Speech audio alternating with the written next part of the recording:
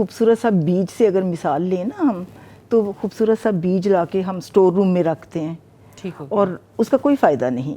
उसको दबाएंगे, मट्टी में दबाएंगे, ज़ाहिर है फिर उसके साथ जो मामलात होंगे फिर ही उसमें से कोई तनावर दरख्त बनेगा ना, फिर ही तो फल लगेंगे।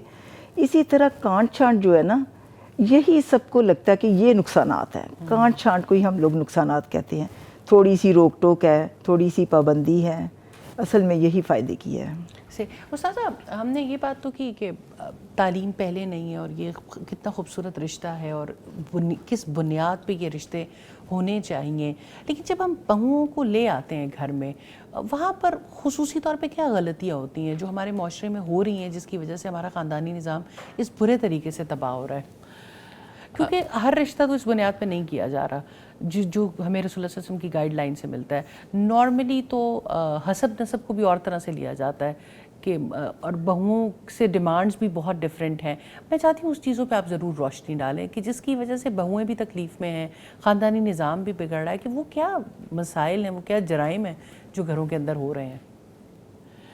देखें, जो आज का हमारा मौजू है, बहू भी किसी की बेटी है जी, मुझे लगता है कि बेसिक प्रॉब्लम यही है सही कि जहाँ भी प्रॉब्लम्स का आगाज़ होता है वहाँ बहू को बेटी का दर्जा नहीं दिया जाता, और बेटी और बहू में कंपैरिजन आता है। फिर ये है कि माँ को अपना बेटा छिन जाने की फ़िक्र होती है कि इनसिक्योरिटी का शिकार हो जाती है सास, यानी बहू की तो सास है। एक ट्रांसमिशन में भी तस्करा किया था कि हमारी कोई जानने वाली हैं, उन्होंने मुझे कॉल किया और उन्होंने कहा कि मैं बहुत ज़्यादा, जब से मैंने बच्चे का रिश्ता किया है तो मैं जेलस फील नहीं कर रही हूँ, लेकिन मैं कर भी रही हूँ, और मुझे लगता है कि वो मुझसे ज़्यादा दूसरी तरफ टाइम देना लग गया, उसका ध्यान दूसरी तरफ।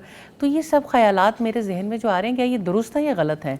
जो लोग अपने आप को मॉनिटर करते हैं और किसी न किसी तरीके से, तो वो इन चीज़ों को महसूस भी करते हैं, लेकिन बहुत सारी जगहों पर शायद माएँ इस बात को रियलाइज़ ही नहीं कर पा रही होती हैं। देखिए, माँ का जब माइंडसेट प्रिपेयर्ड नहीं है ना, तो जाहिर है कि वो तो एक खुली अमाजगाह है ना शैतान के लिए और इर्द गिर्द के लोगों के लिए। शयातीन मिनल जिन्नि वल इंस दोनों तरह से रोल प्ले करते हैं।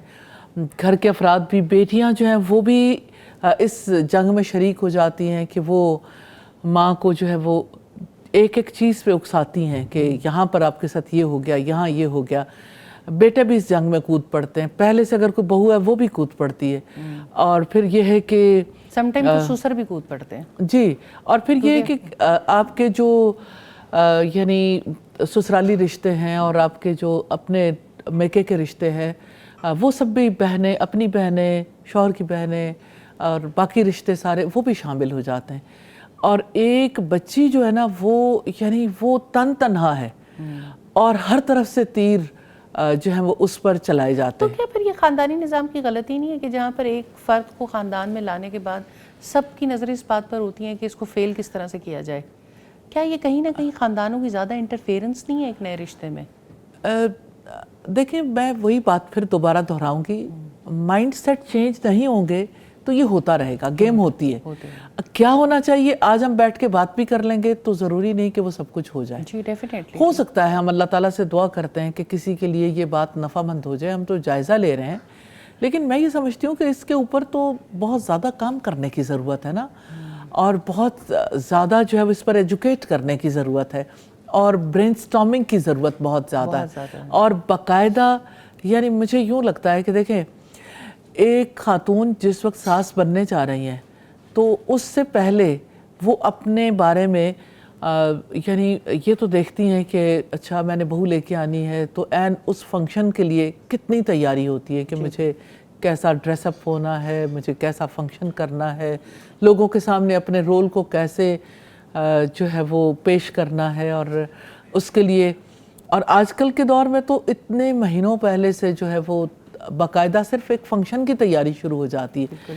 मैं ये नहीं कहती कि वो तैयारी दुरुस्त है या नहीं है, मैं ये समझती हूँ कि ये हो रहा है ना जो हमारी सोसाइटी में एक जो तरीक़ाकार है, जो हमारी प्रैक्टिस अब ऐसे में वो भूल जाती है कि असल चीज़ तो रिश्ता है जिसको निभाना है, और उस रिश्ते को निभाने के लिए जो तैयारी करनी थी वो तो किसी के प्लान में ही नहीं है। अब ये कि लड़की जो है वो उसके लिए पहले बहुत कुछ किया जाता है, उसके लिए लिबास, उसके लिए बाकी चीज़ें जो जिस चीज़ की ज़रूरत है, उसके बाद उसे समझा जाता है कि अब इसके करने की बारी है।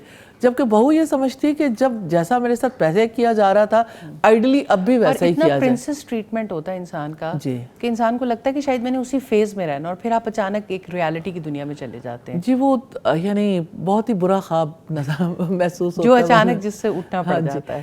تو یہ ہے کہ اتنی پیک پہ لے جا کے جب کسی کو کھائی میں پھینکتے ہیں تو وہ بیچارہ تو یعنی اسے سمجھ ہی نہیں آتی کہ میں نے یعنی کس طریقے سے دوبارہ اٹھ کے کھڑے ہونا.